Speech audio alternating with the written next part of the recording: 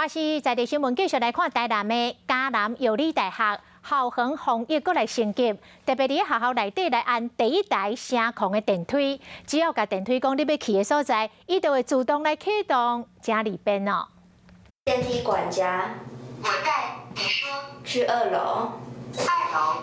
学生坐电梯唔免动手，敢若开喙就使操纵。这是伫嘉南药理大学内新设的声控的电梯，透过声音的控制，唔免动手，安会使减少胃流病的风险。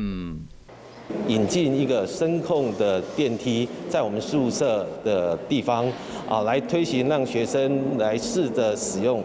这个声控电梯会使透过讲话方式来控制开门甲关门，也是要去倒一站，唔那方便，佫会使防用。